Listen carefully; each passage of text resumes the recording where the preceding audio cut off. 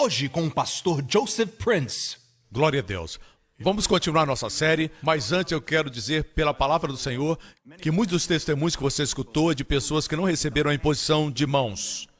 Ninguém orou pessoalmente por eles, mas eles escutaram a palavra do Evangelho e milagres aconteceram com eles. Milagres transformando mentes, curando corpos, libertação de vícios, amém? Salvação de membros da família, amém? Adolescentes que foram transformados, de repente desejaram por Deus de forma sobrenatural. Tudo isso aconteceu porque eles ouviram a palavra. É vital, não deixe que ninguém diga para você que está sentado aqui ouvindo a palavra, ou assistindo pela televisão, ou vendo através da internet, não está produzindo nada em você. Não, não, isso não é psicologia, não é ouvir uma palestra na universidade. Esta é a palavra de Deus. Amém. E a despeito do vaso que a proclama, Deus confirmará a palavra com sinais e maravilhas que se seguem. Escute, Deus confirma o que é a palavra, não o pregador. Deus confirma a palavra com sinais e maravilhas que se seguem. Quer dizer que você precisa ouvir a palavra primeiro. E a forma de Deus entregar a mensagem é a pregação da palavra de Deus. Assim, sempre que você estiver numa crise, estiver num problema, no vale da tribulação, a melhor coisa que você faz por você ou por seus amados que estão em tribulação ou sendo desafiados nos seus corpos, ou seja o que for, é ouvir a palavra do Evangelho. Paulo diz, não me envergonhe do Evangelho de Cristo, porque é o poder de Deus a todo aquele que crê, ao judeu primeiro e também ao grego, porque o Evangelho é justiça de Deus revelada. Amém? Assim é o poder de Deus, e a palavra poder aqui denota milagres, sinais e maravilhas. E a palavra usada muitas vezes para milagres é a palavra dunamis. A outra palavra usada é energis, de onde vem a palavra energia, divina energia. Começamos essa série 2 semanas atrás falando de liderança, como sermos um vaso que é honrado, uma coluna na casa de Deus, você se lembra? Amém? Como Deus pegou Pedro e o tornou uma coluna. Um homem que negou se tornou o homem que pregou para 3.000 pessoas. Na semana passada estudamos sobre a defesa do Evangelho. O verdadeiro Evangelho, por favor, se manifeste. Porque hoje ouvimos muitos tipos de vozes, precisamos voltar para o original. E que lugar melhor do que a igreja primitiva? Assim quero continuar. Na semana passada falamos de Atos 13 e depois Atos 14. Por que é vital que você entenda isso? Por quê? Existem algumas coisas no cristianismo que não podemos negociar. Algumas coisas podemos, como por exemplo, você crer que todos têm que adorar no domingo, ou crer que todos devem adorar no sábado, como os cristãos judeus. Continue. Essas questões não são vitais. Ou acreditar que a comunhão deve ser com vinho verdadeiro, alguns creem que é com suco. Continue. Não tem problema. Alguns creem que o pão deve ser sem fermento, alguns dizem que tem que ser com fermento. Continue, não tem problema. Amém? Existem questões que não podemos negociar. A deidade de Cristo, a humanidade de Cristo, que ele nasceu de uma virgem, ele morreu na cruz, e no terceiro dia Deus o levantou dentre os mortos. Ele julgará os vivos e os mortos. Essas coisas não podem ser negociadas. Se um professor de seminário vier e disser para você que ele acredita que Jesus Cristo não nasceu de uma virgem, amém? Esse blasfemou. Ele não é de Deus. Não podemos comungar com uma pessoa assim. Não podemos negociar. É uma questão vital. Amém? Se começarmos a nos dividir com questões que não são vitais, então nós somos tolos e o inimigo vai ser bem sucedido. Assim, existem pessoas que têm crenças diferentes sobre certas questões. Se eles acham que devem participar da ceia uma vez por ano ou uma vez por mês, não brigue por causa disso. Isso não é importante, não são questões vitais. Amém? Eu creio que quando a Bíblia diz sempre, é sempre. É assim que cremos. Amém? Mas algumas coisas não podemos negociar. Uma das maiores e vitais questões é o Evangelho de Jesus Cristo. Que o verdadeiro Evangelho, por favor, se manifeste. Mas, pastor, qual a vantagem de crer no verdadeiro Evangelho? A razão porque nós somos abençoados, a razão porque alguém é protegido, a razão porque alguém é pleno, a razão porque compartilho tantos testemunhos no meu livro. Todos os domingos compartilhamos aqui de pessoas que foram libertas de todo tipo de vícios. Por quê? É porque eles creem no Evangelho. Eles creram da forma certa. Isso trouxe um viver correto. Você sabe o que Jesus disse? Eu vim para que tenhas vida e a tenhais abundantemente. Existem aqueles que dizem que o objetivo de todo homem é glorificar a Deus. Eu digo amém. Santo Agostinho estava certo. O objetivo de todo homem é glorificar a Deus. E eu acredito nisso. Amém. Mas você sabia que na Bíblia e nos Evangelhos sempre diz que quando Jesus cura alguém, quando ele abre os olhos do cego, quando ele levanta o morto, o povo glorifica a Deus. Note que o povo glorifica a Deus quando o bem acontece com o homem. Deus quer que o homem receba a sua bondade. Deus é tão bom que Ele quer ser bom para você. Mesmo quando nós não somos bons, Deus é bom. Você não pode mudar a bondade de Deus pelo seu mau comportamento. Amém? A bondade de Deus sempre vence o nosso mal. Amém? A bondade de Deus é maior do que o nosso mal. Amém? Jesus disse, eu vim. Veja o propósito da sua vinda. Ele disse, eu vim para que tenhas vida e vida abundante. O que é vida abundante? Se você vê uma criança ou um menino correndo sob o sol da tarde na praia, rindo, brincando com a água, amém? Seu rosto está rosado. O que você diz? Isso é vida. Escute o que Jesus disse. Eu vim para que tenhais vida e vida abundante. Se você me escuta sempre, sabe que não prego o evangelho da prosperidade. Nunca. O evangelho não é prosperidade. O evangelho é o evangelho da graça de Deus. Mas se ele produzir prosperidade na nossa vida, eu não vou pedir desculpas. Onde o evangelho foi, ele trouxe saúde, ele trouxe famílias unidas, estabeleceu a sociedade, fez com que as pessoas deixassem suas drogas, jogassem fora o alcoolismo, abandonassem tudo, entregassem sua vida a Jesus e vivessem a vida abundante. E como resultado de viverem a nova vida, eles prosperaram. E não vamos pedir desculpa por isso. Não. Veja bem, onde Jesus ia, por onde Jesus ia, ele abria os ouvidos dos surdos, limpava os leprosos, levantava os mortos, multiplicava pães e peixes. Imagine segui-lo achando que ele queria que fôssemos pobres. Amém? Portanto, se você é pobre, não existe nada errado com isso. Mas não tenha a mentalidade que Deus quer que você seja pobre para que você seja humilde. Também não pense que se você estiver bem com Deus, você terá muito dinheiro caindo sobre você. As duas percepções são erradas. Se você crê no Evangelho, você vai prosperar financeiramente. Amém? Eu quero dizer que é uma consequência de crer da forma certa. Quando você crê certo, você respeita o seu corpo, você não se envolve com muita bebida, beber demais, só viver embriagado. Essas coisas são muito caras. A Bíblia diz que a glutonaria e a embriaguez trazem pobreza. Vocês me escutam? De repente todos ficaram quietos. Amém? A questão não é que não temos dinheiro, mas que não temos disciplina. Existem coisas que nós não necessitamos, mas queremos e concluímos depois de comprar que não precisamos. E a gente diz que não tem dinheiro. Vamos continuar. O que estou tentando dizer é que quando você crê no Evangelho, todas as coisas se ajustam à plenitude. Porque o Evangelho é poder de Deus para a sua plenitude. Vamos analisar agora a vida de Pedro. É a primeira vez que ele prega.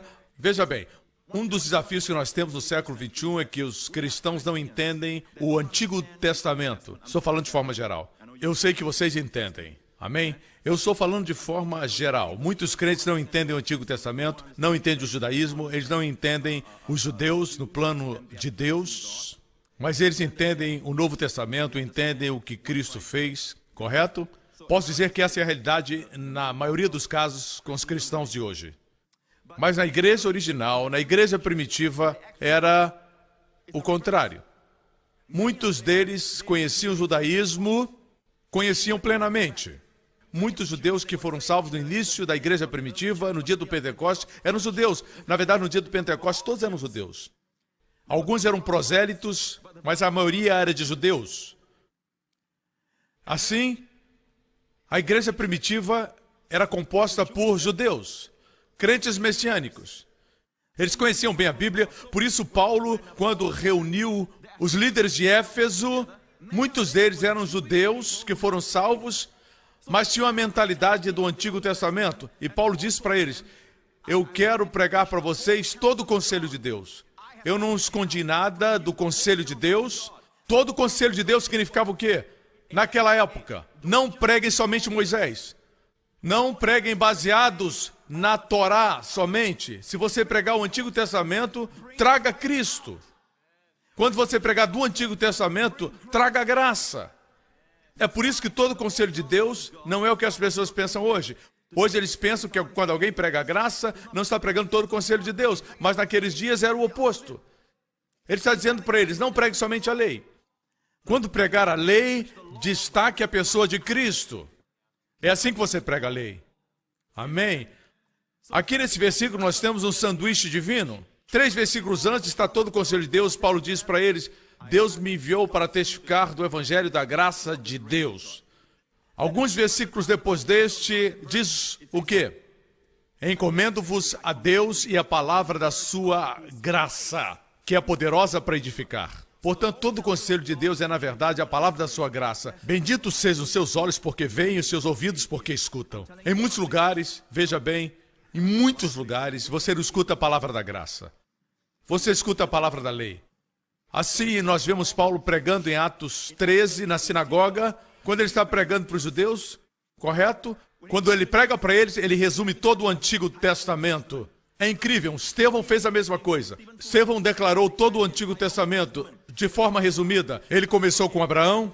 Da mesma forma, Paulo, como vimos Paulo pregar em Psídia, na sinagoga. Ele pregou o Antigo Testamento, a história, e depois ele chegou até Jesus. E chegando em Jesus, ele diz, todos que creem nele, e, portanto, através deste homem é pregado o perdão dos pecados. Então ele disse, por ele todos que creem são justificados de todas as coisas que a lei de Moisés não podia justificar. Nós vimos o evangelho ali, o evangelho original, o evangelho primitivo, o evangelho que Paulo mesmo pregou. E Deus achou por bem deixar registrado no livro de Atos. Se em algum momento da nossa vida nos esquecermos do original, tire o pó e compare com o evangelho pregado hoje. E que o verdadeiro evangelho se manifeste. Porque hoje, quando pregamos o verdadeiro evangelho, as pessoas pensam que somos antiquados, ultrapassados. Que você saiu dessa caverna e inventou essa ideia do evangelho. Não, amigo, não é uma nova invenção. Paulo chama de meu evangelho porque Jesus o confiou. Você me escuta? Quando nós vemos os resultados, toda a cidade veio e ouviu a palavra de Deus. E os judeus ficaram com ciúmes, porque nunca tiveram uma multidão na sinagoga. A mesma coisa que acontece hoje. Quando eles veem a multidão, eles dizem, ele está pregando bobagens, não está pregando a Bíblia, mas não nos interessa o que eles pensam. Nos interessa que Jesus está sendo glorificado e você está sendo abençoado. Você está com saúde. Sua mente está em paz. Seus filhos são protegidos. Amém? Nós queremos os resultados do Evangelho nas nossas vidas. Amém, igreja? Hoje vamos dar mais um passo. Já analisamos o que aconteceu em Atos 13 e 14, o que aconteceu em Icônio, como ele pregou o Evangelho. Amém? E agora vamos para Atos 15. Começa assim.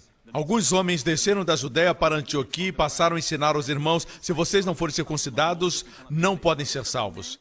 Esses homens vieram da Judéia, vieram da igreja de Tiago. Tiago era meu irmão de Jesus, correto? Maria e José tiveram filhos depois de Jesus. Jesus não era filho de José, ele nasceu de uma virgem, antes de eles se unirem como marido e mulher, mas Jesus teve irmãos e irmãs terrenos. Ok? Maria teve filhos. A Bíblia nos diz isso. E Tiago acreditou no seu próprio irmão. Isso não é fácil, você sabe. Na verdade, seus irmãos, a princípio, não creram nele. Mas depois que ele ressuscitou dentre os mortos, eles confiaram nele. Eles viram algo que não haviam visto antes. Amém? E Tiago se tornou o primeiro pastor da igreja em Jerusalém. Não esqueça que ele era judeu e ainda era muito arraigado no judaísmo. Ele cria em Jesus, mas ainda tinha muitas coisas para desaprender. Correto? Você está entendendo?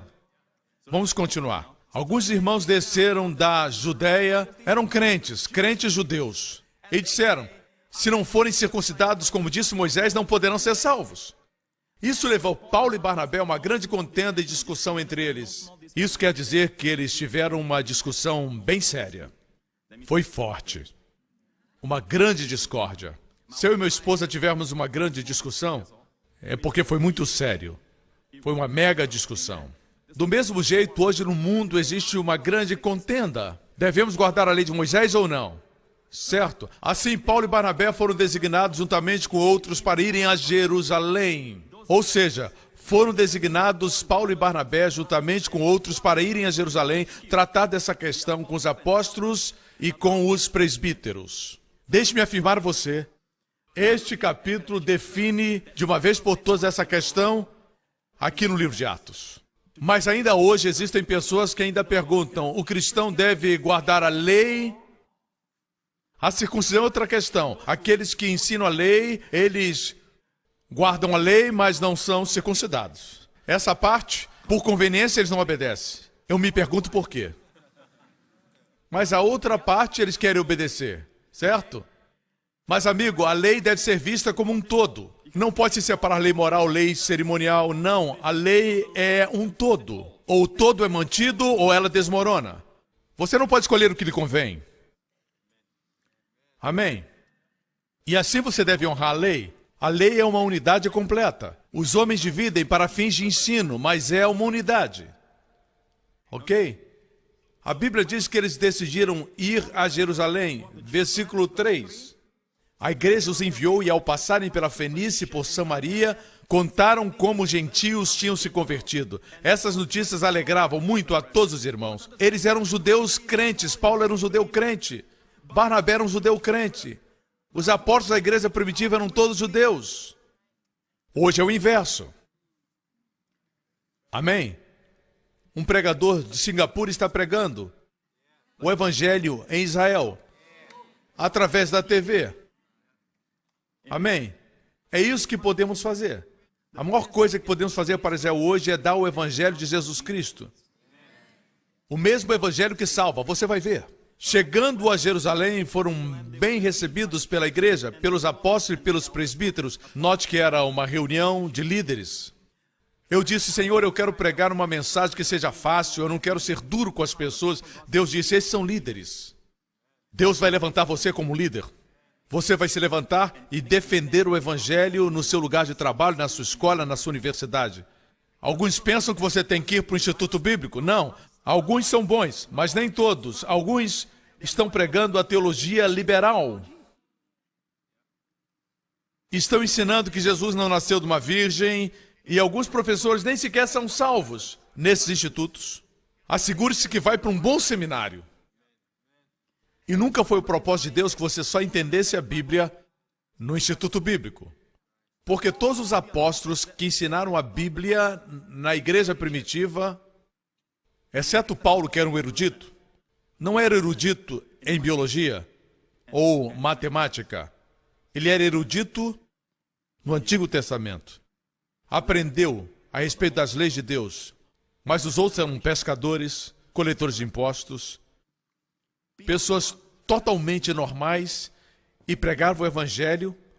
Você também pode. Se você vai para o Instituto Bíblico porque Deus te dirigiu, isso é diferente. Mas ter a mentalidade que você tem que ir para o Instituto Bíblico para pregar o Evangelho, isso não faz sentido. Você tem o Espírito Santo. E Ele vai ensinar você. Ele vai guiar você. Graças a Deus pelos mestres. Às vezes, quando ouvimos um mestre ensinando um texto da Bíblia, a gente diz, por que eu não vi isso antes? Isso já aconteceu com você? Amém? É o dom do ensino. Mas isso não substitui o seu tempo estudando a palavra. Assim, eles foram os apóstolos e relataram tudo que Deus tinha feito por meio deles. Você precisa entender que milagres estavam acontecendo entre os gentios e os judeus estavam chocados. Assim, eles foram para a sede em Jerusalém para discutir sobre esses gentios que haviam sido salvos. Devemos impor-lhes a lei? A questão aí não era de eles serem salvos, eles eram salvos. A questão era, agora que eles são salvos, agora que eles nasceram de novo, devemos impor a eles a lei? Não é esse o questionamento de hoje? Mas alguns da seita dos fariseus, veja, eles estão agora em Jerusalém. Alguns da seita dos fariseus que haviam crido, eram crentes. Alguns da seita dos fariseus disseram, é necessário circuncidá-los e exigir deles que obedeçam à lei de Moisés. A questão aqui não é somente circuncisão. Algumas pessoas dizem, pastor, essa passagem se refere somente à circuncisão. Não, não. A ideia aqui é que a circuncisão abre a porta para guardar toda a lei. Ainda estamos sob a lei? Como você vai ver, não é circuncisão somente, é guardar a lei de Moisés. Deixe-me lembrar a vocês que a questão não é como salvar os gentios. Eles já haviam sido salvos. Paulo e Barnabé já os haviam ganhado para Jesus. A questão era, agora que são salvos, deve-se submeter à lei? Vocês me escutam? Esse é o grande debate de hoje. A graça está se espalhando através da terra e a questão é a mesma, que já foi resolvida 2000 anos atrás. Já foi resolvida. Amém. É necessário circuncidá-los e exigir que obedeçam à lei de Moisés. Esse era o concílio de Jerusalém. Alguns se levantaram, fariseus que agora acreditavam em Jesus. Eles disseram, sim, temos que ordenar que eles guardem a lei de Moisés. Versículo seguinte. Os apóstolos e os presbíteros se reuniram para considerar essa questão. Depois de muita discussão, igual hoje.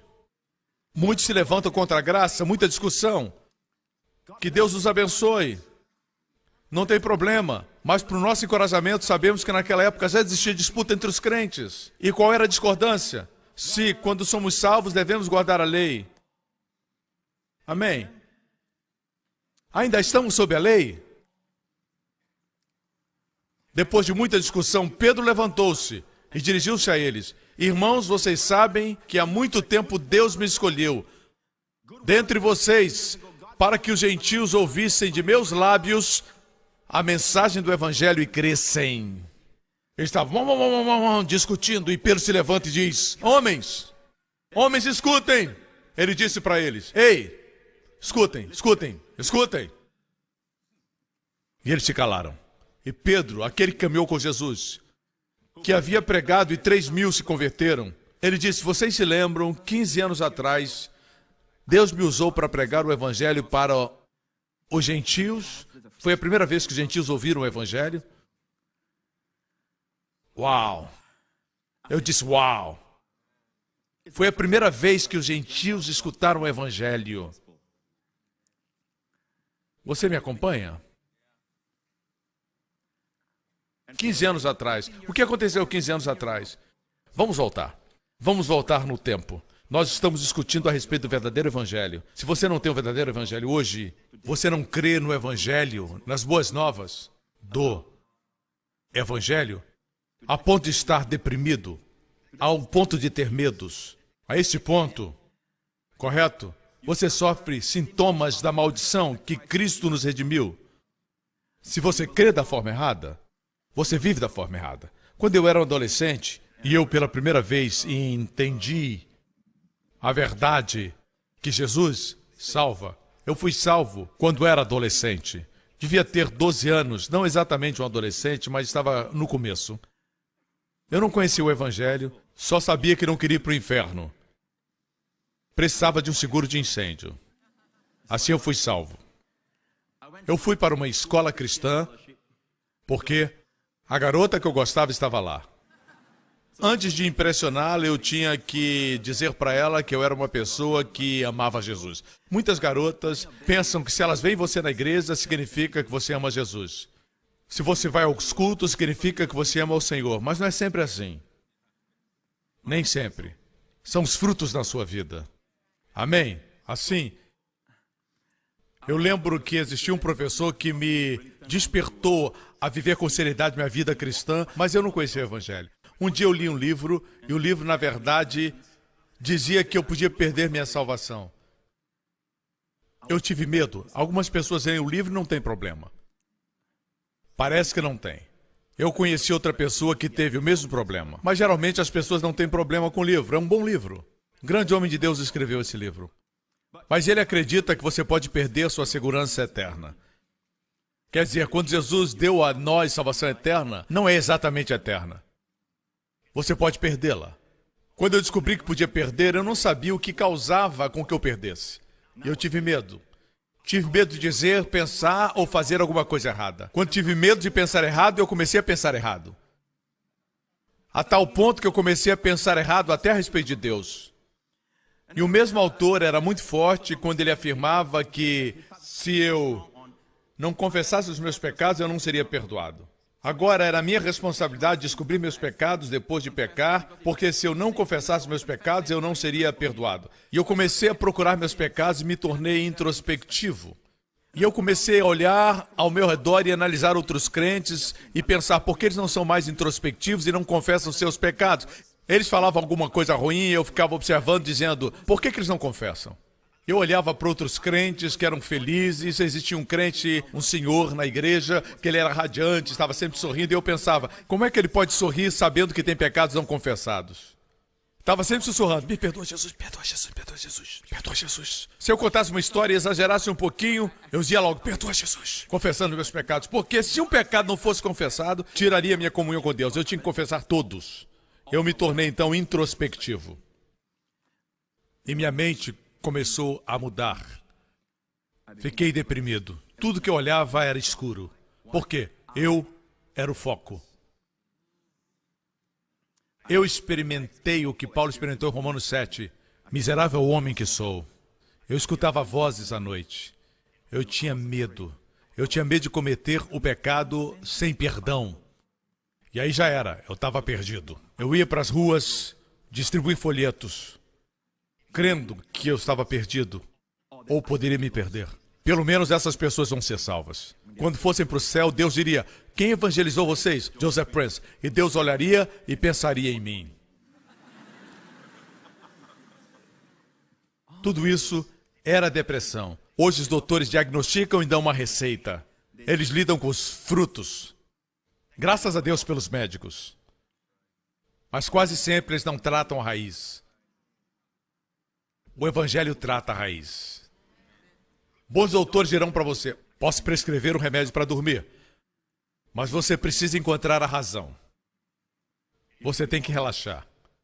É fácil dizer, mas não é fácil fazer. Como relaxar quando você sabe que Deus é real, o céu é real? É por isso que algumas pessoas preferem dizer, não existe Deus, para que sua consciência se acalme, mas você não pode dizer, não existe sol. Isso aí é eletricidade, é uma lâmpada. Não existe sol. Todos vamos comparecer diante de Deus um dia. Se não estivermos totalmente vestidos com a sua justiça, nós o encontraremos como um juiz. Eu prefiro encontrar um Salvador. E Deus quer ser seu Salvador. Deus enviou seu Filho para que através dele todos sejam salvos. Por causa do tempo nós vamos continuar. Não me segure. De qualquer forma, eu passei por isso, eu era um crente, mas passei por isso, não tinha paz, não tinha alegria. Fui pro exército, estava correndo com meu rifle, parava e dizia, carabalá, balá, balá. Meu sargento dizia, vamos! E eu lá, balá, balá. Quando eu jogava futebol, eu era goleiro, eu amo essa posição de goleiro, e muitas vezes eu gritava algumas palavras, não eram palavrões, mas palavras mais duras com a defesa, repreendendo meus colegas. E quando dizia, eu pensava, eu sou crente, não posso falar isso. E eu começava a confessar. Parava e bara. E a bola entrava. Shhh. Alguma coisa estava errada. Por que eu estava confessando os meus pecados? Tentando ficar bem com Deus. Como diziam que um pecado tira a nossa comunhão, eu tinha que orar. Eu tinha que confessar todos. Se essa doutrina é de Deus. Eu descobri que eu estava fazendo a minha vida pior. Eu estava caindo num redemoinho de depressão. Um dia eu escutei no meu alojamento. Eu fui para a cama cedo, mas alguns soldados estavam acordados perto do meu alojamento. Você sabe como são as coisas no exército. Eu escutei eles dizendo, esse cara é estranho. Ele fica falando, bara. Ele fica o tempo todo, zzz. Parece que ele está confessando os pecados dele. Vocês já viram? Ele parece que está falando com o Deus dele a respeito de alguma coisa que ele fez errado. E eu percebi que orava alto. E eu pensei, esse é o testemunho que eu quero que eles tenham.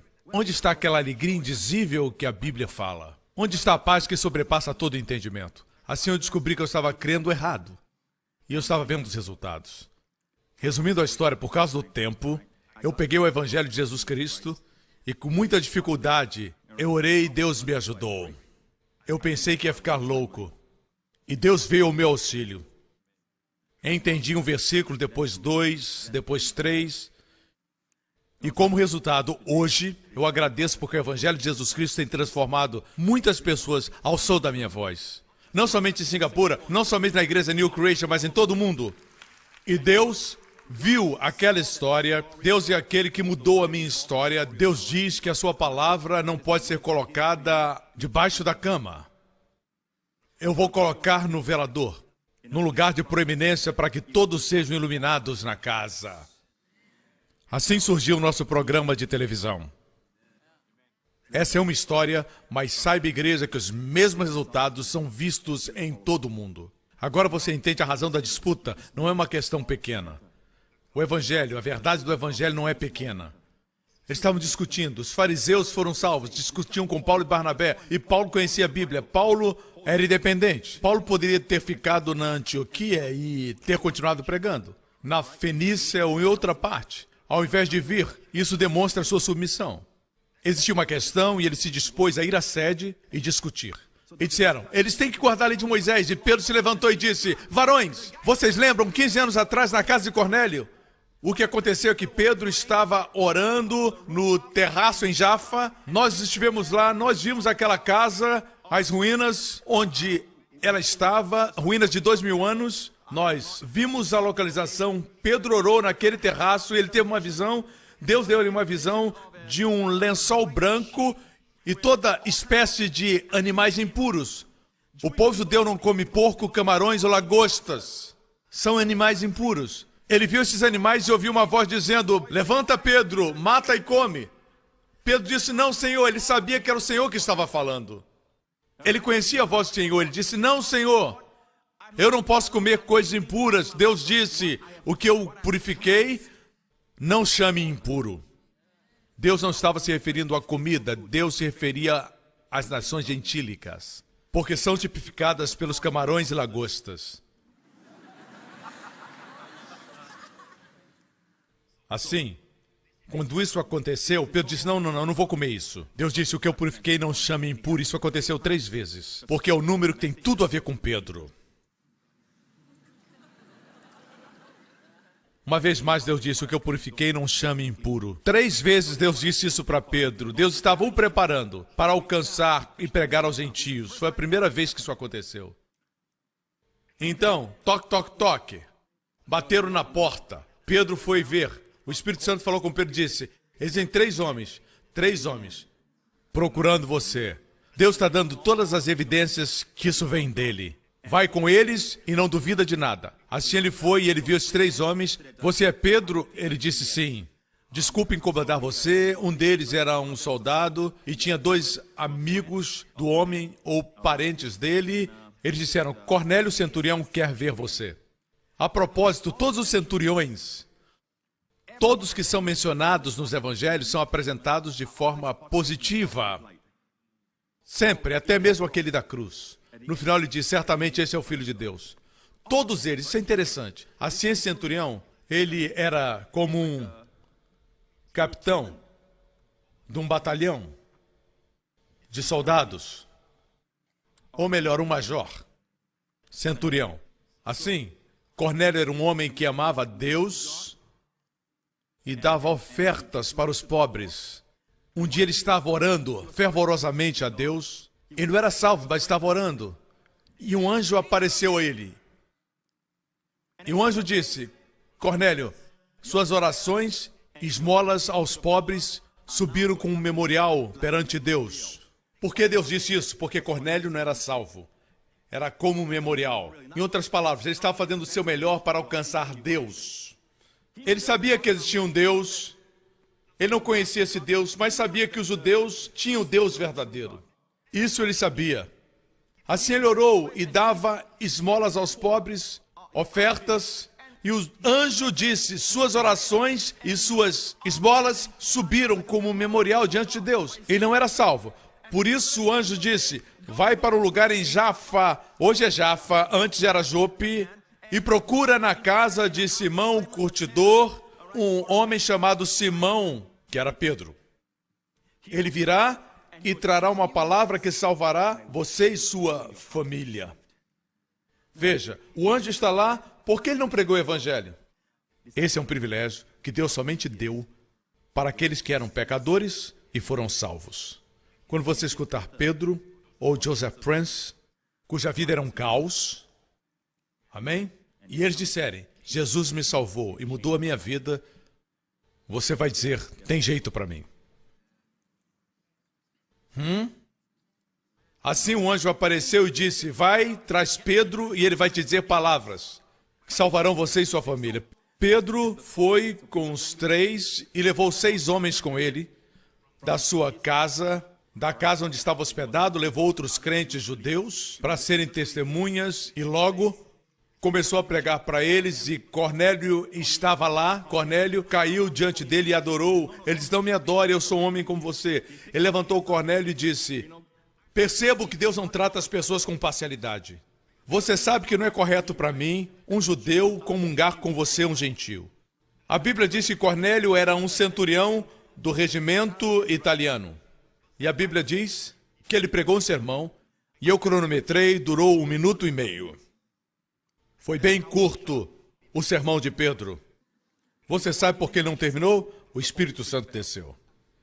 Você sabe em que ponto do sermão o Espírito Santo desceu? Por isso os pregadores da fé conhecem Atos 10:38. E você sabe o que diz Atos 10:38? Diz como Deus ungiu a Jesus de Nazaré com o Espírito Santo e poder, e como ele andou por toda parte fazendo bem, curando todos os oprimidos pelo diabo. Foi parte do sermão de Pedro, na casa de Cornélio. Assim Cornélio reuniu todos os seus parentes, toda a sua família, e a casa se encheu. E Pedro pregou esse sermão de 1 minuto e meio.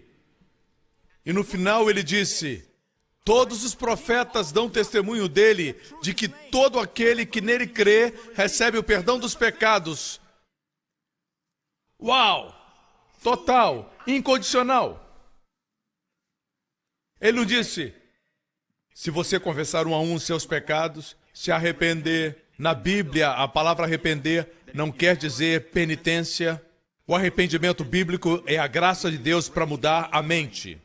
Como Paulo disse aos líderes, convertam-se a Deus com arrependimento e fé no Senhor Jesus Cristo. Arrependimento é mudar de ideia a respeito de Deus. Deus não quer pegar você, Deus quer amar você. Deus não quer amaldiçoar você, Deus quer abençoar você. Mude a sua mente a respeito de Deus e tenha fé no nosso Senhor Jesus Cristo. Essa foi a mensagem que Paulo compartilhou com os líderes. E agora, Pedro nem disse a palavra arrependimento aqui. Não usou essa palavra. Você notou? Enquanto Pedro ainda falava essas palavras. Que palavras? Todo aquele que nele crê recebe perdão dos pecados. A mesma palavra que foi traduzida como perdão, em outras partes é traduzida como remissão. Seus pecados foram remidos no momento que você crê em Jesus. Tem gente hoje que diz, isso é muito fácil. Mas é o evangelho original. O evangelho primitivo. Alguns dizem, Pedro se equivocou, ele não mencionou arrependimento.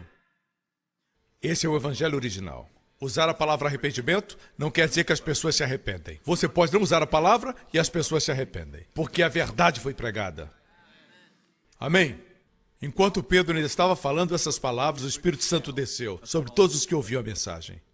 Como eles souberam que o Espírito havia descido? Está na Bíblia. A resposta está na Bíblia. A evidência está no versículo 45. Os judeus convertidos que vieram com Pedro ficaram admirados de que o dom do Espírito Santo fosse derramado até sobre os gentios, pois ouviam até os italianos falando em línguas e exaltando a Deus. A evidência original. E no próximo capítulo, isso aconteceu antes de Atos 15, Atos 10. E Atos 11, você sabe o que aconteceu em Atos 11? A igreja de Jerusalém, isso foi antes de Atos 15, ouviu o que aconteceu. Pedro foi para onde? Para os romanos? Chama ele aqui, tragam-no aqui. E Pedro veio. No capítulo seguinte, vamos ver o que acontece. Pedro subiu a Jerusalém e eles disseram, você entrou na casa de homens incircuncisos e comeu com eles. Pedro então começou a explicar-lhes, eu estava na cidade de Jope orando, caindo em êxtase, tive uma visão, vamos avançar por causa do tempo. E quando comecei a falar, o Espírito desceu sobre eles como sobre nós no princípio. Então me lembrei do que o Senhor tinha dito. Continuando, se pois Deus lhes deu o mesmo dom que nos dera quando cremos no Senhor Jesus Cristo, quem era eu para pensar em me opor a Deus? Quem sou eu? em opor-me a Deus. Ouvindo isso, não apresentaram mais objeções e louvaram a Deus, dizendo: então Deus concedeu arrependimento para a vida até mesmo aos gentios. Não aplauda, não tome meu tempo. Escute. Note as palavras arrependimento para a vida. Pedro não usou a palavra arrependimento. Eles viram tudo isso como arrependimento. Mas Pedro não usou essa palavra. O arrependimento foi concedido por Deus. Deus é aquele que concede. Não é algo que você obriga. Não é esforço humano. Muitas vezes é a ideia de penitência. É uma ideia errada, que hoje é usada como arrependimento. Você pode pregar e não usar a palavra arrependimento e as pessoas serem mudadas. Todos os domingos é isso que acontece na nossa igreja. Mentes são mudadas. Ok, o tempo é curto. Vamos a Atos 15, a história original. Pedro fica de pé e diz: homens, escutem. Vocês lembram 15 anos atrás o que aconteceu? Na casa de Cornélio, 15 anos atrás. Vocês lembram o que aconteceu quando Deus usou a minha boca para pregar aos gentios? Vamos voltar à história, certo? Pedro se levantou, 15:8. Deus que conhece os corações. Nós vamos concluir com essa parte agora, ok? No capítulo 15, versículo 8. Deus que conhece os corações. No original grego, literalmente, o Deus conhecedor de corações. Eu amo isso. O Deus conhecedor de corações demonstrou que os aceitou, dando-lhes o Espírito Santo, como nos tinha concedido. E ele não fez distinção alguma entre nós e eles, visto que purificou os seus corações pela fé. Como nossos corações são purificados? Pela fé. Se você perguntar para qualquer crente hoje, como ter o coração purificado? Bem, você tem que ser fervoroso, se arrepender todos os dias. Alguns dizem confessar seus pecados sempre que você puder, mas tem que confessar tudo. É isso que alguns ensinam. E você fica maluco, tentando confessar todos, fazendo o papel do Espírito Santo. O Espírito Santo não convence você dos seus pecados, somente de um pecado, não crer em Jesus, então ele convence você da justiça. Leia o que Jesus disse no cenáculo. Assim como nossos corações são purificados pela fé. Você não pode purificar seu coração pela servidão, por jejuar, por fazer o seu melhor. É pela fé. Quando você crê certo, você se torna puro. No que creu a família de Cornélio? Creu que através de Jesus os pecados são perdoados. E quando Pedro disse essas palavras, o Espírito Santo desceu. E a palavra desceu é a mesma palavra usada na história do filho pródigo, quando seu pai correu e caiu sobre o seu filho, é a palavra abraçar. Quando eles creram no perdão dos pecados, o Espírito Santo abraçou todos os que estavam na casa de Cornélio. E eles falaram em línguas. E eles falaram em línguas. Aleluia! No momento em que eles creram em Deus, o coração deles foi purificado e eles nem sequer perceberam. Essa é a beleza do Evangelho. Nós queremos pregar sobre tantos assuntos, mas quando o Evangelho é pregado, os resultados vêm. As pessoas mudam sem qualquer esforço.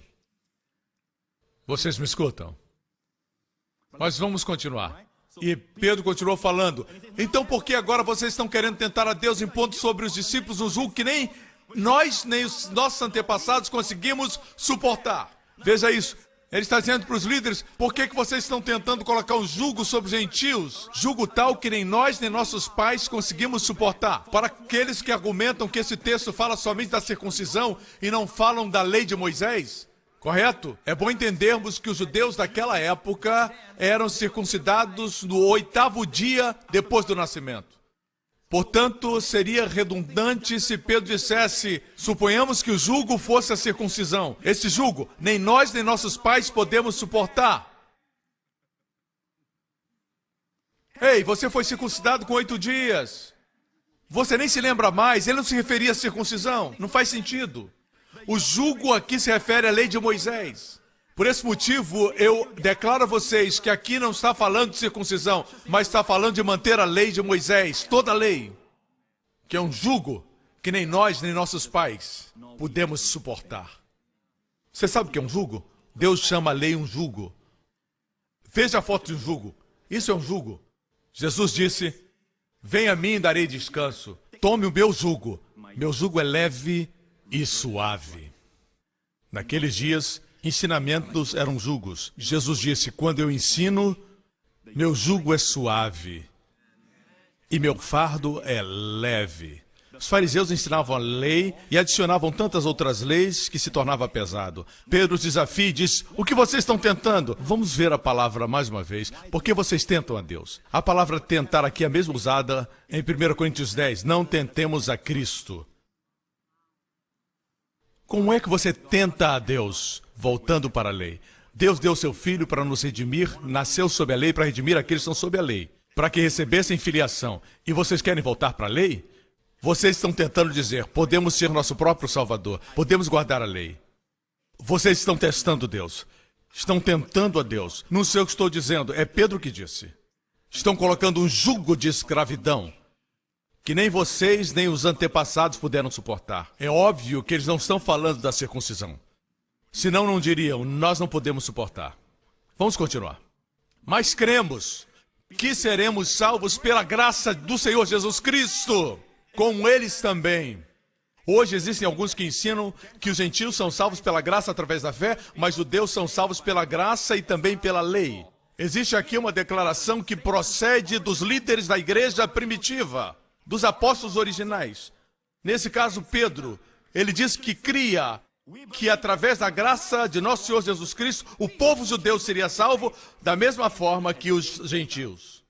Existe somente um evangelho para todos. Existe somente um evangelho para todos. Uau!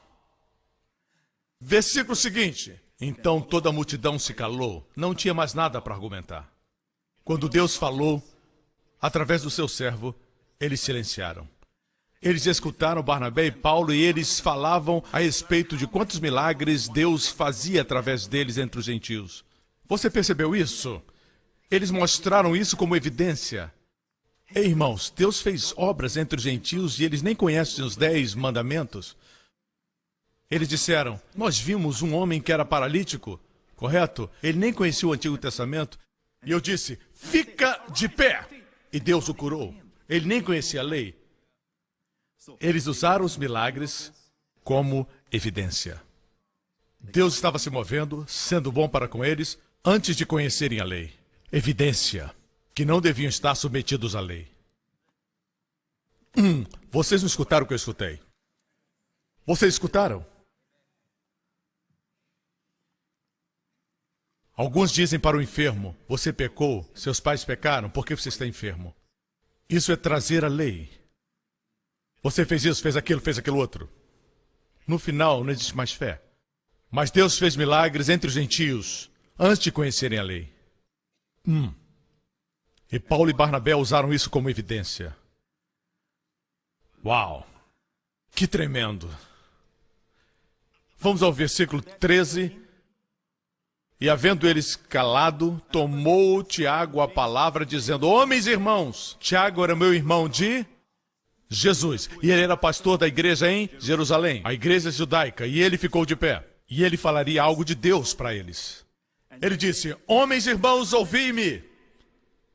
Simão relatou como primeiramente Deus visitou os gentios para tomar deles um povo para o seu nome. A propósito, o nome de Pedro foi mencionado pela última vez no livro de Atos. Pela última vez.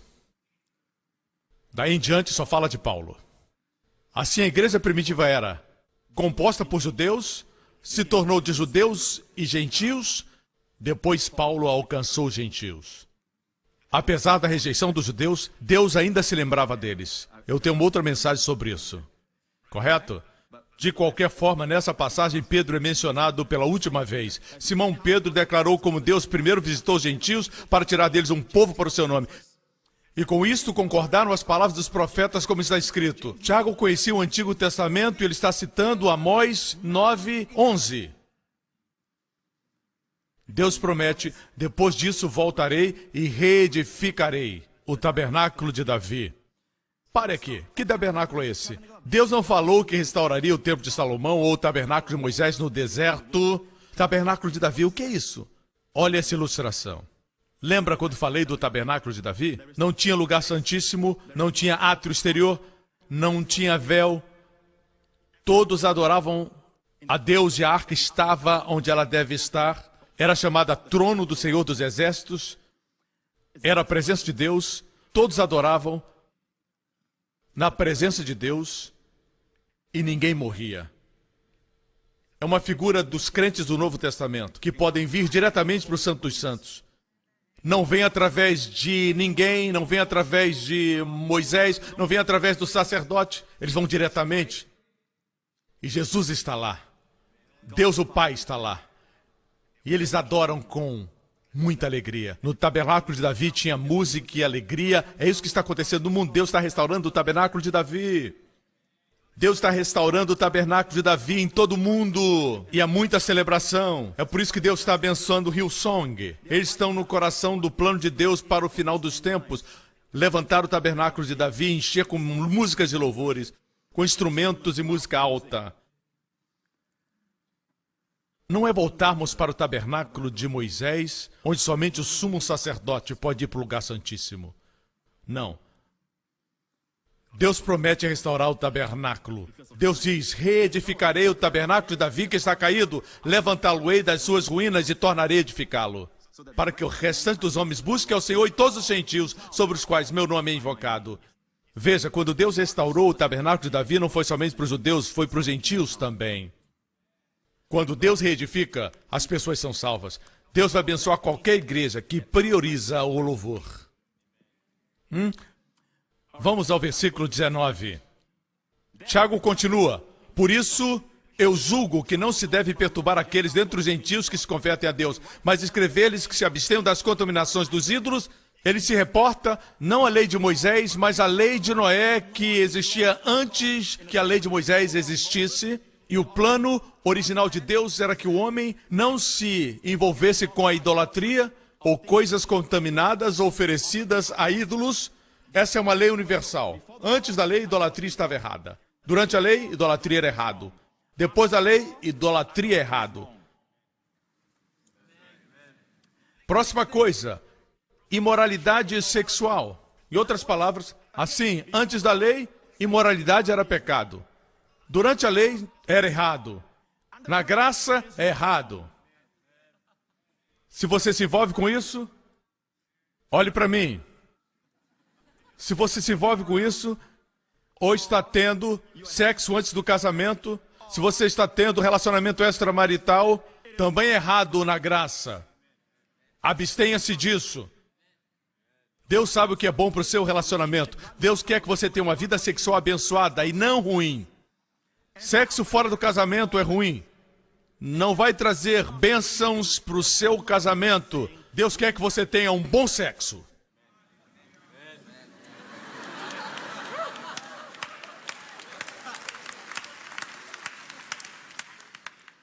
Do que é sufocado. Naquela época, eles comiam animais sufocados, o sangue ainda estava no corpo. A ciência nos diz que quando o animal é estrangulado, ele libera toxinas no sangue. E quando você o come depois de ter sido estrangulado, seu corpo sofre. Assim, Deus está preocupado com a sua saúde. Por causa desse versículo, eu não como nada com sangue. Eu acho que se eu quero que o meu corpo seja saudável, eu tenho que obedecer a Deus. São só 4 coisas que Deus diz para nos abstermos. E foi inspirado pelo Espírito. Vamos descer, versículo 21. Porque Moisés, desde os tempos antigos, tem em cada cidade quem o pregue, e cada sábado é lido nas sinagogas. Então pareceu bem aos apóstolos e aos anciãos, com toda a igreja, eleger 4 homens, Paulo, Barnabé, Judas e Silas, homens distintos entre os irmãos. E por intermédio deles escreveram o seguinte, para todas as cidades dos gentios, especialmente onde Paulo e Silas pregavam, escreveram cartas, e Paulo, Barnabé, Judas e Silas levaram essas cartas da igreja de Jerusalém, proclamando a eles o seguinte: os apóstolos e os anciãos e irmãos aos irmãos dentre os gentios que estão na Antioquia, Síria, Cilícia, saúde. Porquanto ouvimos que alguns que saíram dentre nós vos perturbaram com palavras, transtornando as vossas almas, dizendo que deveis circuncidar-vos e guardar a lei, não lhes tendo nós dado o mandamento, pareceu-nos bem, reunidos concordemente, eleger alguns homens e enviá-los com os nossos amados Barnabé e Paulo. 26. Homens que já expuseram as suas vidas pelo nome do Senhor Jesus Cristo, enviamos, portanto, Judas e Silas, os quais por palavras vos anunciarão também essas coisas. Na verdade, pareceu bem ao Espírito Santo e a nós. Não eram somente eles. Quando eles se reuniram, A conclusão foi que o Espírito Santo estava envolvido. Quando passar por problemas, não vá a conselheiros mundanos. Por isso que temos pessoas na igreja trabalhando em tempo integral como conselheiros, pessoas em quem confiamos, pessoas ungidas. E quando elas falam, é o Espírito Santo que as usa. Amém? Pareceu bem ao Espírito Santo e a nós não vos impor mais encargo algum, senão estas coisas, as 4 coisas. Se vocês se abstiverem dessas coisas, estarão bem. Bem vos vá. Termina a carta. Amigos, vocês não precisam memorizar os 10 mandamentos, memorizar as leis. Façam essas 4 coisas. Se fizerem isso, ficarão bem. Muito bem. Tchau. O próximo versículo. Tendo eles então se despedido, partiram para Antioquia, juntando a multidão, entregaram a carta. E quando leram, alegraram-se pelo encorajamento. Naturalmente, este é o Evangelho. Deixe-me concluir com esse versículo. Voltemos ao 24. Porquanto ouvimos que alguns que saíram dentre nós vos perturbam com palavras. Eram cristãos que perturbavam com palavras. É assim que as pessoas são perturbadas. Ou elas leem alguma coisa que ensina um erro, ou escutam uma pregação errada, e o que acontece é o que aconteceu comigo. Suas almas são transtornadas. O termo grego para transtornar as almas quer dizer, como diz outra versão, subvertendo as vossas almas. Transtornando as vossas almas. Precisamos de almas estáveis. Transtornando as vossas almas é uma palavra violenta. É a palavra usada por Jesus quando ele disse: ou como pode alguém entrar na casa do homem valente e furtar sua propriedade, seus bens, das mãos do valente?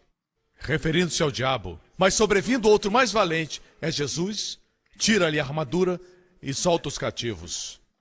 As palavras reparte os despojos é a mesma palavra para subverter. Significa que o diabo vem subverter a sua alma com ensinamentos errados. Ensinamentos errados. Isso quer dizer furtar com violência. Furtar a paz da sua alma, a estabilidade da sua alma. Pergunte-se a si mesmo, ao ouvir uma mensagem, ela traz paz à minha alma? O que estabiliza a sua alma? A segurança da salvação ou a possibilidade de perdê-la? Como você pode ter amor, alegria e paz se você não tem certeza que a sua salvação está garantida? Está muito óbvio que nossas almas são transtornadas por ensinamentos errados. E a forma de estabilizar é pelo Evangelho da Graça. Você lembra da minha história? Eu estava angustiado durante o serviço militar, depois disso também. Graças a Deus pela verdade que trouxe calma à minha alma. Vou concluir com este testemunho. Recebemos recentemente, e eu somente li ontem, de uma senhora do Texas, Estados Unidos. Eu tenho sofrido terrores noturnos desde que tinha 6 anos, que me faziam ver imagens horríveis mesmo quando eu estava consciente. Recebi toda a ajuda médica possível e até mesmo uma tomografia computadorizada. Mas nada explicou a razão para as visões. Para ser sincera, eu cria da forma errada durante a minha adolescência. Eu cria que havia nascido para ser torturada pelo mal e fazer mal aos outros. Ficou impossível de suportar. Anos depois, fui para uma igreja que acreditava na graça. Eles me ajudaram tremendamente. Contudo, eu não estava livre ainda da minha luta. Pensamentos de ter feito errado contra Deus continuavam na minha mente. Eu falei com o pastor acerca disso e ele me mostrou versículos bíblicos que falam da graça, mas eu não pude entender esse conceito. Semanas depois, eu cheguei ao meu limite. Agora imagine, desde os 6 anos de idade, tendo visões horríveis à noite. Isso é terrível. Ela disse: Deus, eu confessei todos os meus pecados. Li os textos da Bíblia, fui aos estudos bíblicos, obedeci os 10 mandamentos. Eu entreguei tudo a você, Senhor Jesus. Eu não sei quantos dias depois eu ouvi o som de uma pregação do pastor Joseph Prince que vinha do quarto da minha mãe. Quando ele mencionou a palavra demônio, eu corri para ouvir o que ele tinha a dizer. Por que vocês estão rindo? Às vezes eu digo, nenhum demônio, nenhum diácono, nenhum demônio. Ei, isso é ungido. Eu ouvi a pregação com lágrimas nos meus olhos e eu senti que estava sendo liberta. O pastor falou de forma clara que Jesus morreu por todos os meus pecados. Eu aprendi que o meu passado, presente e futuro, os pecados que eu cometi foram pagos na cruz e por essa razão Deus não vê mais os meus pecados. Desde então eu tenho escutado as pregações do pastor Prince sobre a graça. Hoje eu vivo uma vida sem temor de condenação e estou livre do terror noturno que eu pensei que nunca seria possível. Obrigado, pastor, por compartilhar a verdade da graça que liberta tantas pessoas como eu. Termino com esse testemunho. Olha aqui. É por isso que batalhamos pelo Evangelho. Amém? Porque existem pessoas assim no mundo inteiro. E veja o que as liberta. Ir a doutores e psiquiatras, eles são bem intencionados e nós somos gratos por eles. Eles estão ajudando as pessoas, mas eles não podem ir à raiz, onde somente Deus pode ir. Amém? Assim vigie, o diabo quer roubar, furtar de você, roubar sua alma, transtornar você. E ele faz isso angustiando você com palavras.